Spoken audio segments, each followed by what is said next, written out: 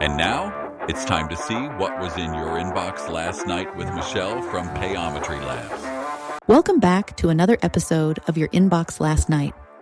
It's kind of like a steamy soap opera called As the Payment Turns, bringing you hours of daily payments and fintech news in about 10 minutes or so. We've got stories of women dominating startup funding, crypto creeping into luxury car dealerships, and DoorDash letting you eat now, cry later when the bill hits. In installments. Oh, and let's not forget, TikTok might be going full blockchain, which means your next dance challenge could be decentralized. So buckle up, or better yet, biometric scan yourself into this episode. It's going to be secure, speedy, and shockingly cool. Let's get started with today's top headlines. CXO Today is reporting that fintech innovations are redefining finance in 2025.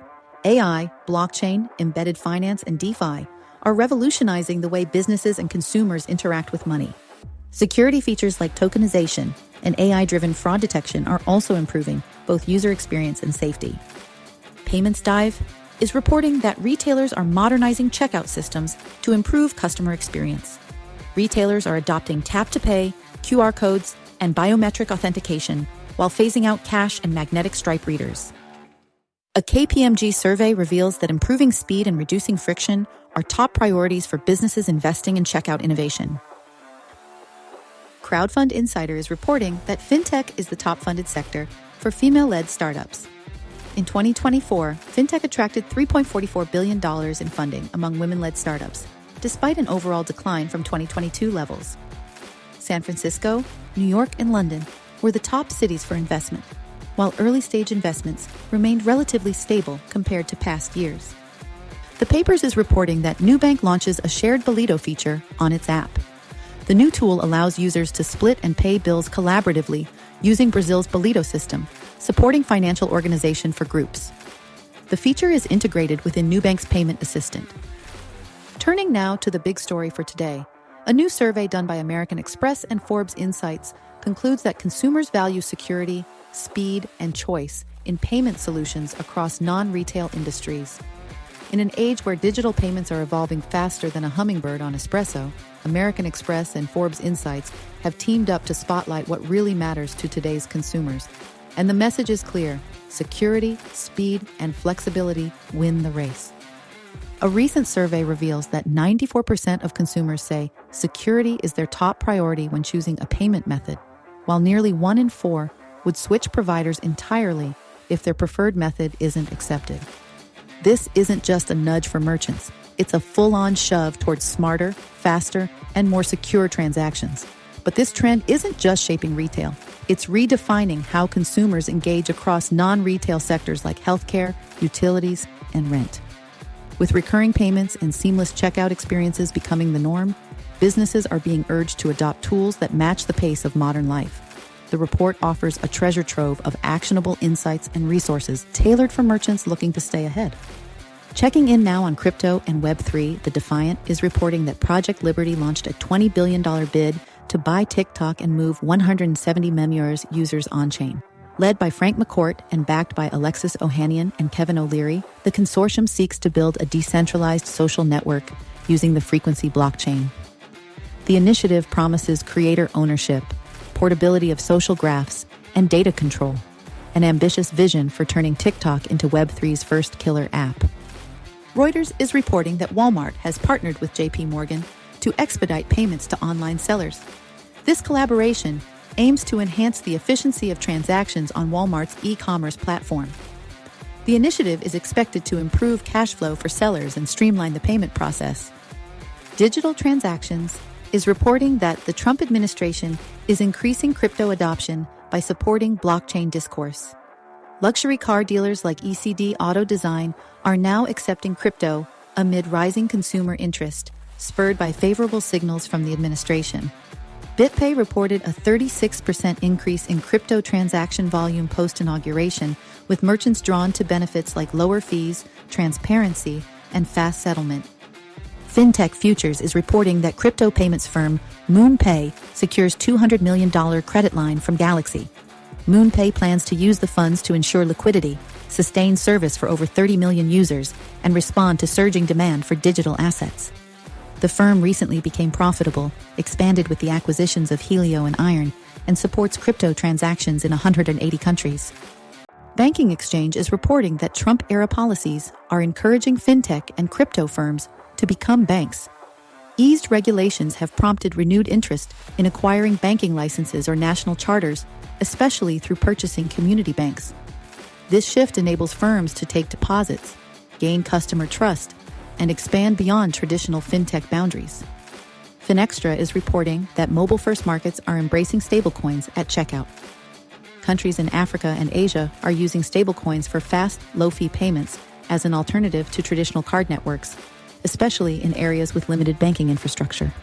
Stablecoins offer near-instant settlement, reduce intermediaries, and allow merchants to accept payments via QR codes and smartphones, marking a leap forward in global financial inclusion. Finextra also reports that trends in iGaming include instant payments and blockchain integration. iGaming platforms are leveraging fintech to enhance user experience with faster payouts and decentralized ledgers. Real-time payments, open banking, and crypto integration are becoming core to building trust and convenience in online gambling. Digital banks in LATAM are exploring subscription models, according to Finextra. Inspired by Netflix-style pricing, fintechs in Latin America are offering bundled services.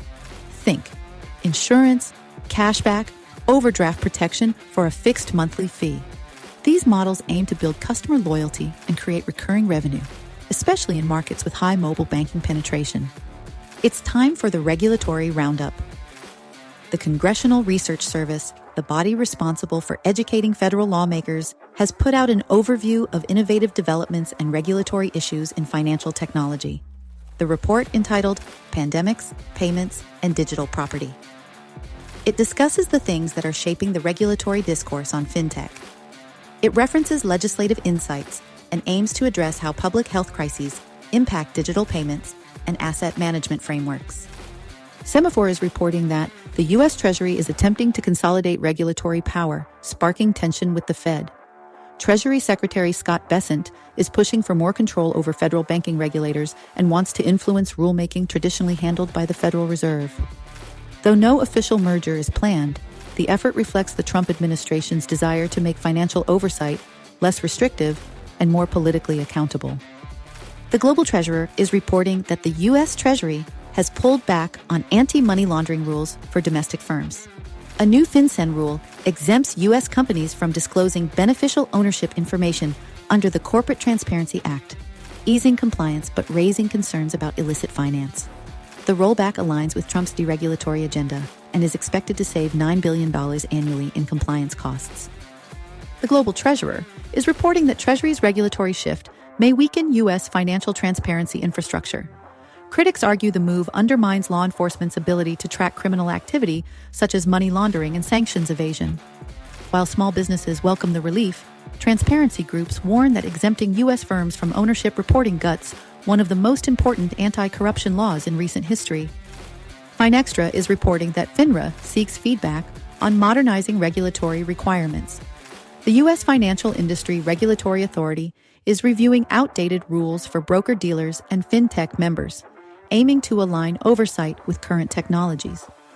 Areas under review include communications, licensing, training, and record-keeping, inviting public comment to support future regulatory reforms.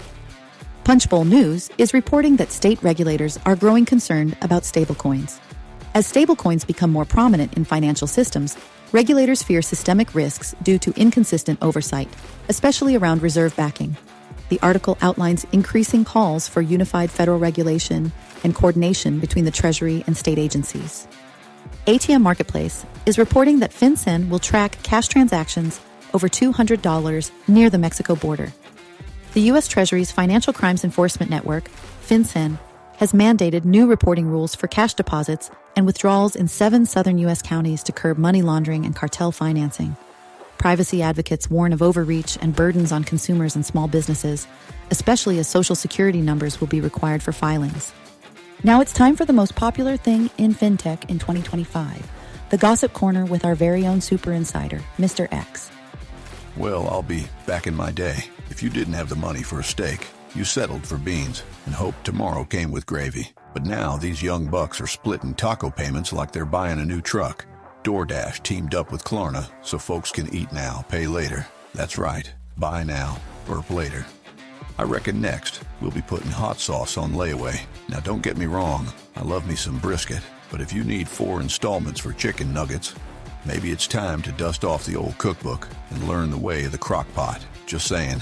Now here's a twist I didn't see coming. Chime, one of the newfangled digital banks, is handing out instant loans up to $500. No credit check.